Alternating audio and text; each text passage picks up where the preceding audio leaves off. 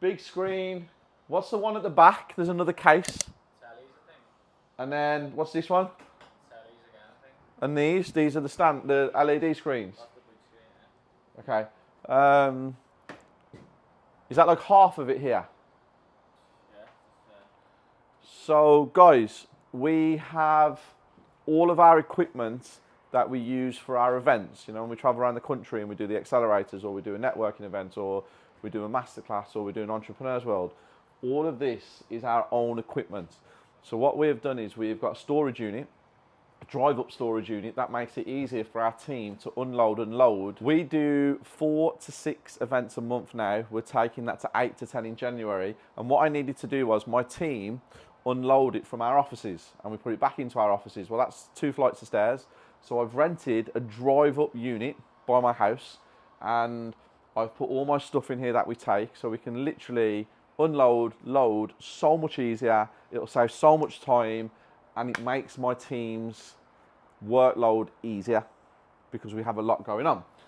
And as you can see, this is half of the stuff that we have. The other half is being delivered now.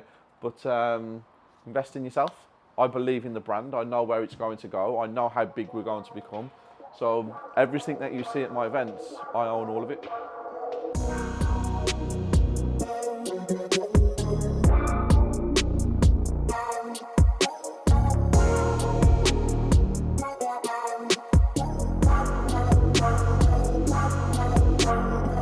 We're in Derby and we are with one of my mentor students today. He's right there. You can put him on the camera. He needs to be seen because he needs to build his social media. We are just looking around the area. So we're on Brighton Street and this property was for sale. It was up for 200, but for some reason it's on the market now at 180, but the for sale sign's gone down. That was a property that I was interested in. One of my team from the sourcing division came and viewed it last week, and it has all the potential to be turned into a 6-bedroom HMO. But there was 14 developers viewing it on the same day. I don't know what's going on with it, but I am going to make a call at some point today to see why the for sale sign's gone down. It doesn't look like it's sold on the website. Maybe the interest was so high that they're waiting for sealed bids or best and finals. We've walked around 2 or 3 streets in Derby because I wanted Noel to see what was going on. Now, every house we've walked past, 1 in 2 is a HMO, and I'm going to show you why this is being turned into Article 4 because it's so saturated, it's unbelievable. Yeah, well, it is a 3-bedroom, has a massive garden, has a huge extension on the back, and the loft can be turned. So under permitted development you could put, under permitted development you couldn't because I've already done a huge extension on the back, so you would have to apply to have it going up. You could put a dormer in the loft. As you can see just there, we've just seen one that's got the dormer, and that has the potential, all the potential. But to the person who's untrained, you wouldn't think that that has the potential to go into a 6-bed. So that will be under something called a flying freehold ownership. And there's one there, if you look there, there's one there, and it goes all the way down, I think. So it's just an alleyway that leads to the back gardens. It's not a problem. Well, you've walked around today, and you've seen, like, you're looking through the windows and you can see that the front rooms are all bedrooms with beds in. So the likelihood of getting planning passed on a HMO after May next year on any of these streets, I'd say it's slim to zero. How you doing? You okay, mate? Good, thank you. Is there a manager here, or we've bought a couple of properties on the street opposite Baker Street, and we're looking for builders to turn it into HMO. You fully, yeah. So we've bought 2 on Baker Street. I've already got 14 round here, so we're just looking for new builders because my builders literally cannot cope with what's going on. Thank you so much. Appreciate that. Thank you. Great. Guy was nice. Obviously, today, guys, if you look, dressed down Friday, I don't look like a property developer, do I, today? So his reaction at first was a little bit, oh, but then as soon as I started speaking, he was more than happy to come out, and he passed us a number to a contractor in the area, keeping our, what's the word I'm looking for? I'm confused. Keeping our options open. We don't always have to use the same people over and over again. Trying to find out if these guys are here. Trying to find out. They was here just when we walked down. They was loading the van, and now they've gone. So I'll speak to them when they come back. First impressions count, and I don't think I'm going to be taken very seriously until I start speaking and explaining what I know, and they start going, okay, actually he's the real deal. He does know what he's talking about. I look like a surfer. I feel like a surfer. What surfer was attractive, bro? I don't know. But if you get the owners, if the owner's a person, then you have to find that person. If the owner's a company, you look at their company, you can try and find their accountant. So there's ways you can do it. It's not impossible. I mean, it's not every single time you're going to find the owner to the house. But again, an easier way of finding the owner is speaking to neighbours. Yeah. Who owns that house? And 90% of people will know who owns a house. Unless they're investors from London, Manchester, Leeds, Liverpool. 90% of the time we'll know who it is. But yeah, it's a good spot. Yeah. So guys, he's walking round and we're talking to different contractors and we're looking at different HMOs on the street. I'll show you another one in a second. And he stumbled upon this. Now this definitely looks derelict. Definitely. You can tell by the doors.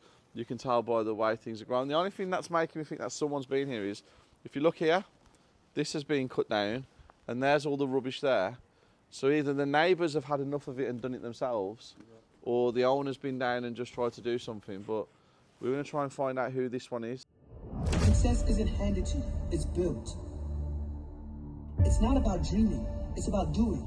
Because those who win don't wait, they don't hesitate, they move. The path to success is there. You just have to walk it.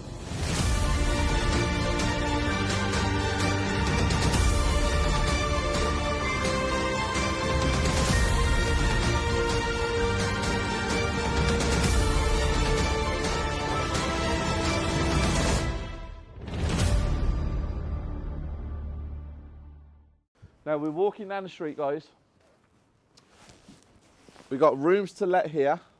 The Article 4 coming into Derby is such a big thing because we are saturated. Derby, and I say we are, I don't live here, but Derby is so saturated that it kind of needs it.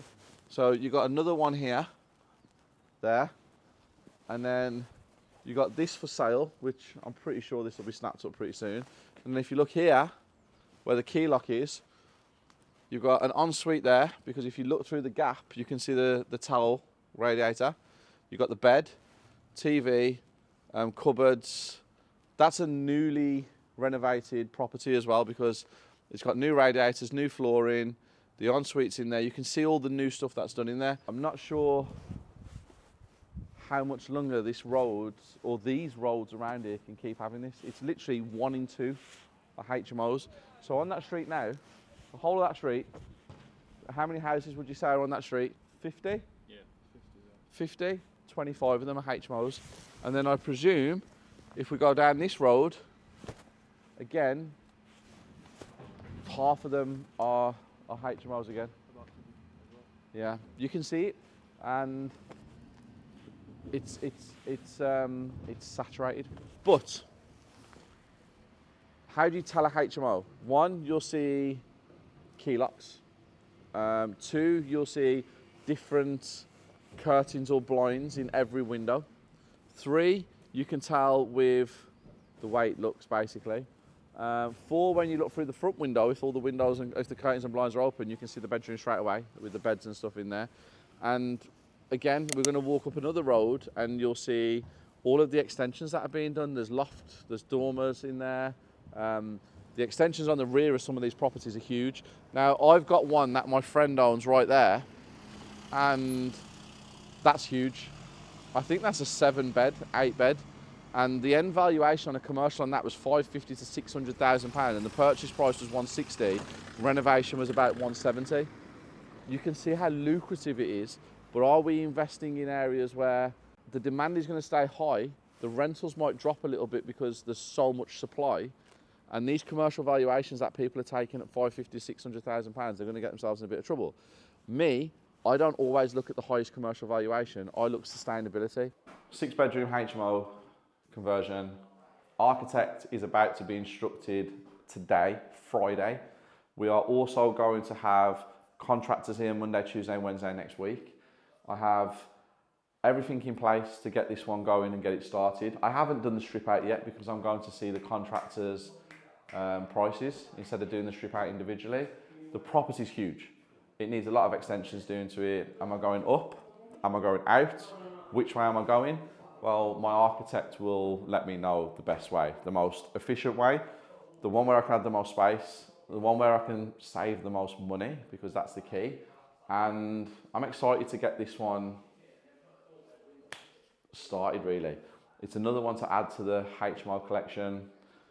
Great cash flow if you want to keep them. Great to sell to certain funds because they're always looking for high yielding assets, and a real good learning curve, basically. My advice to you guys, get some properties around Derby before May next year. Even if you only get 2, there's a massive demand for rooms, huge demand for rooms, and supply seems to be like there's a lot of it, but in fact there's not. There's actually not as much as you guys think. We've done a little walk around today, spoke to a couple of builders, and yeah, there's still a golden opportunity in Derby for you guys. Just been sent a property from a mentor student of mine called Chris, and there is a care company that is renting a property. They're paying a substantial amount of money. They've got a proven track record of payments for the last 12 months, and the property that they're in has a bridging loan on it, and it needs to be completed by the 29th of October, otherwise it's not going to end accordingly. So the outstanding bridging loan obviously is not the value of what the property is today, but they've called me and they said, can I step in? Can I help the situation? Do I want to own the property with a provider in place with that contract? Now all the numbers stack up, the money's there, everything's right, but I happen to know the people who own the property, which is a complete coincidence. So I'm now going to call the owners to say that I have been approached about this property and I found out that you are the owners. So what is the situation? Because obviously having the information from a third party is not necessarily a good thing, because there might be information that I've not been told. So I'm going to make a call to the owner now, explain that this has just landed across my desk basically randomly, which it has, and see if we can come to some sort of agreement or a deal where it suits all parties. And obviously the most important thing is that we make some money from it as a company, where we have enough equity in there for the deal to be worth it.